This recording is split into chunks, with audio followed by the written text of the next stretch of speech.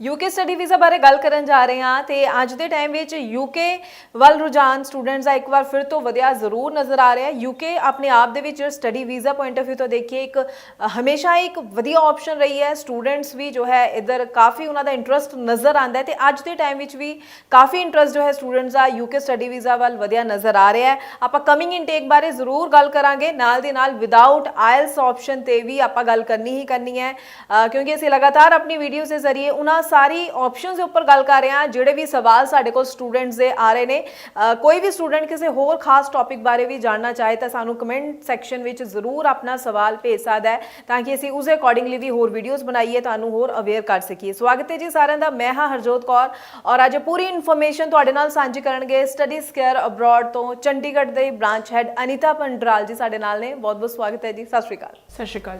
सो अनीता जी, UK के coming intake बारे गल जरूर करियो। विदाउट आयल्स ऑप्शन के उपर आप लगातार पहला भी कई वीडियोज़ बनाई हैं, पर स्टूडेंट्स होर ज़्यादा समझ सकन जिहड़ा कमिंग इनटेक है इस दे विच किन्नियां कुछ चंगियां ऑप्शन रहण वालियां ने और स्टूडेंट नूं कदों फटाफट अप्लाई कर लेना चाहिए है, किन्नी को तेज़ी दे नाल प्रोसैस जो है कंप्लीट हो रहा है, रिजल्ट्स किवें दे आउण दी आपां उम्मीद कर सकते हैं।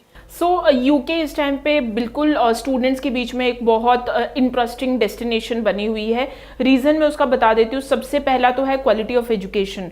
क्वालिटी ऑफ एजुकेशन बहुत अच्छा है यूके में।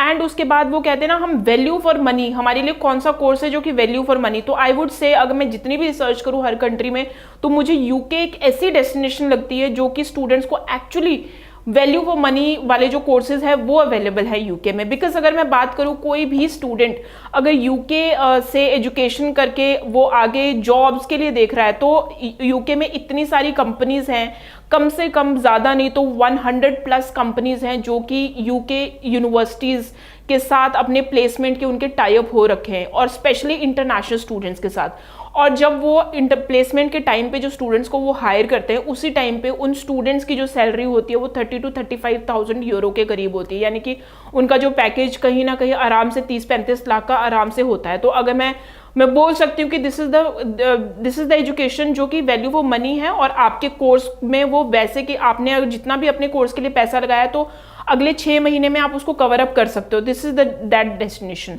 अगर मैं बात करूं तो यूके में ज़रूर बिल्कुल ऐसी ऑप्शंस भी हैं कि स्टूडेंट अगर चाहे तो वो विदाउट आइल्स भी अप्लाई कर सकता है 12th के बाद। तो 12th के बाद जो स्टूडेंट्स हैं, अगर लेट सपोज किसी स्टूडेंट ने अभी आइल्स नहीं किया है और उन्होंने ICSE या CBSE से अपनी एजुकेशन करी है और उनके इंग्लिश में 70+ है, तो yes you can apply without IELTS. तो yes you will have that option कि आप विदाउट आइल्स एप्लीकेशन आप अपनी अप्लाई कर सकते हैं। दूसरी चीज़, अगर कोई स्टूडेंट है ये सोच के चल रहा है कि मुझे कोई ऐसा कोर्स चाहिए जो कि यूनिक कोर्स हो और जिसमें कई बार ये होता है कि ड्यूरिंग द स्टडीज़ हमें किसी एक चैप्टर पे इतना इंटरेस्ट आ जाता है, हम चाहते हैं कि इसका तो मैं पर्टिकुलर डिग्री ही कर लूँ। तो येस, आपको इस तरह के जो ऑप्शंस है, इस तरह के जो स्टडी ऑप्शंस है वो ज़रूर आपको यूके में मिलेंगे। तो आप एक्सप्लोर कीजिए अपनी options and you can discuss your cases. कुछ स्टूडेंट्स ऐसे भी होते हैं कि अब वो मैरिड हैं, अब वो चाह रहे हैं कि हमें स्पाउस के साथ हमें अप्लाई करना है, बट कहीं पे भी जाते हैं तो उन्हें ये पता चलता है कि स्पाउस के साथ तो सिर्फ वही स्टूडेंट अप्लाई कर सकते हैं जो कि मास्टर विद थीसिस के लिए अप्लाई करते हैं या PhD के लिए अप्लाई करते हैं। लेकिन again there are some options जो कि मास्टर ऑफ थीसिस के लिए जिनकी रिक्वायरमेंट बहुत नॉमिनल है, यानी कि बड़े ईजिली आप पूरी कर सकते हैं। इन शॉर्ट, आपको सिर्फ अपनी जो अकेडमिकली है वो 55 to 60% चाहिए और आइल्स 6.5 नॉट लेस देन 6, और आप as an spouse visa application आप अप्लाई कर सकते हैं। Because we have some options जो कि हम आपको मास्टर ऑफ थीसिस का जो है ऑफर लेटर मंगवा के दे सकते हैं। तो इन 3 वैरायटी की अगर मैं बात करूँ, वो वाले स्टूडेंट्स भी आगे जो आइल्स नहीं करना चाहते हैं, वो वाले स्टूडेंट्स भी आगे जो क्वालिटी ऑफ एजुकेशन देख रहे हैं और वैल्यू फॉर मनी देख रहे हैं, और वो स्टूडेंट्स भी हैं जो कि स्पाउस वीज़ा एप्लीकेशन देख रहे हैं। तो मुझे नहीं लगता है कि जितने भी स्टूडेंट्स हैं यूके एजुकेशन उन सारे स्टूडेंट्स को कवर अप करती है। तो इनटेक की बात करें तो इस टाइम पे इनटेक जनवरी इनटेक है, आप बिल्कुल अप्लाई कर सकते हैं। डेडलाइन इस टाइम पे पूरी डेडलाइंस आर अवेलेबल।